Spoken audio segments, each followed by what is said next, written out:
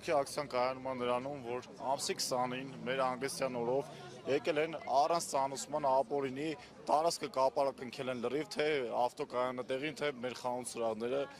առանց ծանուցման, առանց ինչ-որ հիմնավորման, մեզ ոչ մի պատասխան չի տալիս, 2-3 օր փորձում ենք թե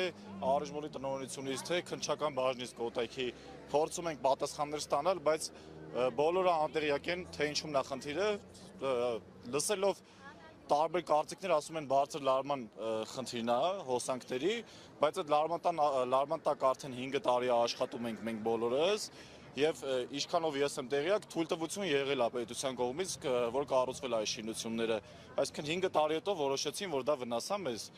ու առանց ծանուցումների, առանց ինչ-որ բանի, այս պահին ունենք բոլորս խնդիրներ, ապրանքներ կան, հաճախորդների խանութսրահներում ունենք անձնական իրեր,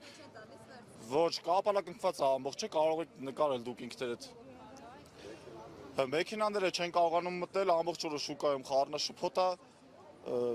չգիտենք ինչ ենք անելու սենց, ուր ենք գնալու, աշխատողների աշխատավարձ պետքա տանք, այդ մարդկանց ինչ ասենք, ուղարկենք տներով, ոչ մի տեղեկություն չունենք։